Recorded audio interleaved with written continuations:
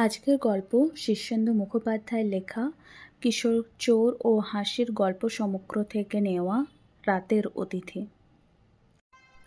গোপালবাবু যে, শুনলাম কাল রাতে আপনার বাড়িতে চোর এসেছিল। ওহ, সে কি কাণ্ড মশাই! চোর বলে চোর, সাংঘাতিক চোর। চোর ডাকাতের যুগ পড়েছে মশাই। চারিদিকে চুরির একেবারে মোচ্ছব পড়ে গেছে। কি চুরি যাচ্ছে না বলুন? সোনা দানা, টাকা পয়সা, বাসন কোসন, জামা কাপড়, এমনকি জুতো, ঝাঁটা, বস্তা, পাপোশ যা পাচ্ছে চেঁচে পুছে নিয়ে যাচ্ছে। পরেশবাবুর বাড়িতে সেদিন চুরি হলো। তার পরদিন তো তাদের লজ্জা নিবারণের বস্ত্রটুকু পর্যন্ত ছিল না। তা যা বলেছেন, চোরেদের আস্পর্ধা দিন দিন বাড়ছে। অতি সত্য কথা। নরেনবাবুর বাড়িতে যে চোরটা এসেছিল সে তো রীতিমতো নরেনবাবুকে দু চার কথা শুনিয়ে যেতে ছাড়েনি। কিপটে, কঞ্জুস, নিচু নজর, রুচিহীন, এমনকি এমন কথাও বলে গেছে, আপনার বাড়িতে চুরি করতে এসে যে ভুল করেছি গঙ্গা স্নান করে তার প্রায়শ্চিত্তি করতে হবে। বটে, এ তো সাংঘাতিক অপমান। অপমান বলে অপমান! নরেনবাবু তো সেই থেকে ভারী মনমরা হয়ে পড়েছেন। 2 দিন অন্ন জল গ্রহণ করেননি। তবে কি না বিশ্বকঞ্জুস নরেনবাবুর সেই থেকে হাত বেশ দরাজ হয়েছে। এখন দেখছি বাজার থেকে বড় মাছ, ময়রার দোকান থেকে সন্দেশ এইসব কিনছেন। তাই নাকি? এই জন্যই সব জিনিসের খারাপ আর ভালো দুটো দিকই থাকে। তা আপনার বাড়ি থেকে কি কি চুরি গেল মশাই? সেসব এখনো হিসেব করা হয়নি। কিন্তু গোপালবাবু, আপনার কবজিতে রোলেক্স ঘড়িটা এখনো দেখতে পাচ্ছে যে, ব্যাপারটা কি? চোর কি ওটা দামি ঘড়ি বলে বুঝতে পারেনি? পারেনি মানে? ঘড়িটা এক টানে কোলে নিয়ে একটু ঘুরিয়ে ফিরিয়ে দেখে কত সালের, কোন মডেল, কত দাম সব গড়গড় করে বলে গেল মশাই। তাজ্জব কথা, তবু নেয়নি? না। ঘড়িটা খুব তাচ্ছিল্যের সঙ্গে ফিরিয়ে দিয়ে বলল, এ ঘড়ির এখন অনেক দাম, সাবধানে রাখবেন। বলেন কি? কলিযুগ কি শেষ হয়ে গেল নাকি মশাই? তারপর ধরুন, আপনার স্ত্রীর গলায় একটা 15 ভরি সীতাহারের কথাও শুনেছি। সবাই বলে খুব দামি হার নাকি। তা সেটা নিশ্চয়ই গেছে? হুম, সীতাহারটা তো ছুঁলোই না। দূর থেকেই বলে দিল 14 ভরি 8 রতি মাপ আছে। এখনকার বাজার দর নাকি 1.5 লাখ টাকার ওপরে। সেটাও নেয়নি? এ আবার কেমন ধারা চোর? আপনার লোহার আলমারিটা খোলেনি? খুলেছে বইকি, চোর বলে কথা। খুললো, দেখলো, এই আলমারিতেই তো বোধ হয়। ঠিকই ধরেছেন। আমার সব ক্যাশ টাকা ওই আলমারিতেই থাকে। আজ লেবার পেমেন্টের জন্য 2.5 লাখ টাকা ব্যাংক থেকে তুলে ওই আলমারিতেই রেখেছিলাম। টাকাগুলো বের করে গুনে টুনেও দেখল। তারপর থলিতে বলল তো?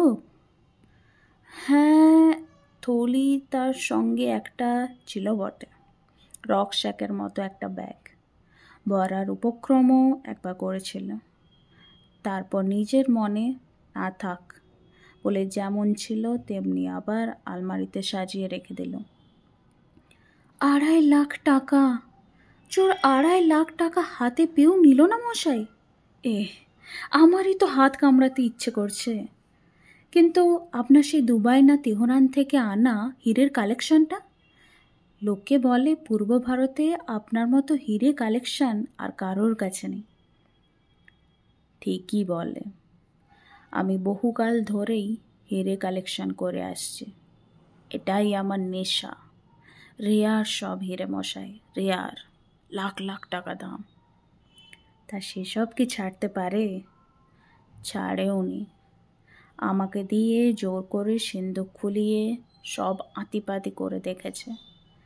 150 হীরে ছাড়াও নানা সাইজের মুক্তো, নীলা, পেখরাজ, চুনি, গোমেদ মিলিয়ে কয়েক কোটি টাকার পাথর। আহা, শুনেই আমারই পিলে চমকাচ্ছে। তা গেল তো সেগুলো, যাবেই। এত দামি জিনিস কি বাড়িতে রাখতে আছে মশাই? ব্যাংকের ভল্টে বা মাটির নিচে পুঁতে তুতে রাখতে হয়। তা বটে, সেরকম একটা ফন্দি মনে মনে ঠিকও করে রেখেছে, কিন্তু সেটা কার্যকর হওয়ার আগেই কাল মধ্যরাতে চোরের আবির্ভাব। জানলা থেকে ঢুকলো বুঝি? না, অতি গোড়েল চোর। ভাঙচুর করলে তো শব্দ শুনতে পেতাম। আমার আবার ভারী সজাগ ঘুম। বাড়ির দেউরিতে দারোয়ান আছে, দুটো অ্যালসেশিয়ান কুকুর, টোটা ভর্তি বন্দুক আছে, বালিশের তলায় পিস্তল নিয়ে শুই। সুতরাং মোটামুটি নিরাপত্তা ব্যবস্থাকে নিশ্চিদ্র বলা যায়। হ্যাঁ হ্যাঁ, আপনার বাড়িটা তো দুর্গ বিশেষ। কুকুর দুটো খুবই তেজি, দারোয়ান দুটো বেশ তাগড়ায় চেহারার বটে। তাহলে চোরটা ঢুকলো কিভাবে বলুন তো? সেইটাই রহস্য। আমি চোরটাকে জিজ্ঞেসও করেছিলাম, বাপু হে, এ বাড়িতে ঢোকা এত সহজ নয়, তুমি ঢুকলে কি করে? জবাবে কি বলল? বলল, দুনিয়ার নিশ্চিদ্র নিরাপত্তা বলে কিচ্ছু নেই, সব জায়গাতেই ঢোকা সম্ভব। আমি আপনার বাড়ির সামনের তেঁতুল গাছ থেকে হুক সমেত একটা লাইলন দড়ি ছুঁড়ে ছাদের রেলিংয়ের আটকে দিয়ে সেইটে বেয়ে ছাদে নেমে আসি। এ তো দেখছি টারজান। তা বলতে পারেন। দিব্যি কসরত করা চেহারা, ভদ্রঘরের ছেলের মতোই মনে হয়। দিনকাল যা পড়েছে, ভদ্রঘরের বেকার ছেলেদেরও এইসব পথেই নামতে হচ্ছে। তারপর কি হলো? চোরেরা নিঃশব্দে চুরি করে, সেটাই রেওয়াজ। কিন্তু এর কায়দা আলাদা। খুব মোলেম গলায় আমার নাম ধরে ডেকে ঘুম ভাঙালো। নাম ধরে? ছি ছি, আপনি বয়স্ক মানুষ। না, সে আমাকে গোপাল কাকা বলে ডেকেছিল। বাঁচোয়া, তারপর বলুন। আমি পিস্তল খুঁজতে গিয়ে দেখি সেটা যথাস্থানে নেই। চোরটা বলল, অস্ত্রশস্ত্র আমি সরিয়ে নিয়েছি, আলমারি সিন্দুক সব খুলুন, সময় নেই। ওরে বাবা, এ তো চোরের বেশে ডাকাত। তাও বলতে পারেন। সব দেখলো, টাকা পয়সা, হিরে জহরত, সোনার দানা, কিন্তু কোনোটাই তার যেন তেমন পছন্দ হচ্ছিল না। হিরে জহরতগুলোও একটু নড়াচড়া করলো বটে, কিন্তু যেন তেমন গা করল না। এ কেমন বেয়াদব চোর মশাই! এত কসরত করে ঢুকলো, সব হাতের নাগালে পেল, তাও তার গা উঠল না কেন? সেইটাই রহস্য। সব দেখে শুনে বলল, আপনার আর কোনো দামি জিনিস নেই? আমি অবাক হয়ে বললুম, এর চেয়ে দামি জিনিস আর কি থাকবে? চোরটা মুখ বেঁকিয়ে বলল, হ্যাঁ, এসব দামি জিনিস বটে, কিন্তু আমার দরকারে লাগবে না। বটে, খুব নবাব পুতুল দেখছি। তারপর? তারপর সে বলল, আপনার বইপত্র কোথায় থাকে? আমি বললুম, নিচের লাইব্রেরি ঘরে। বইপত্র? বইপত্র দিয়ে কি হবে? সেইটা তো জানি না, তবে নিয়ে যেতে হলো। দেখলাম বইপত্রে তার বেশ আগ্রহ আছে। বিস্তর বই বের করে দেখল, আবার যত্ন করে জায়গায় রেখে দিল। অনেকক্ষণ ধরে প্রতিটি আলমারি ঘাঁটল সে। বই ঘেঁটে সময় নষ্ট করা কেন বাপু? আমিও তাকে সেই কথাই বলেছিলুম।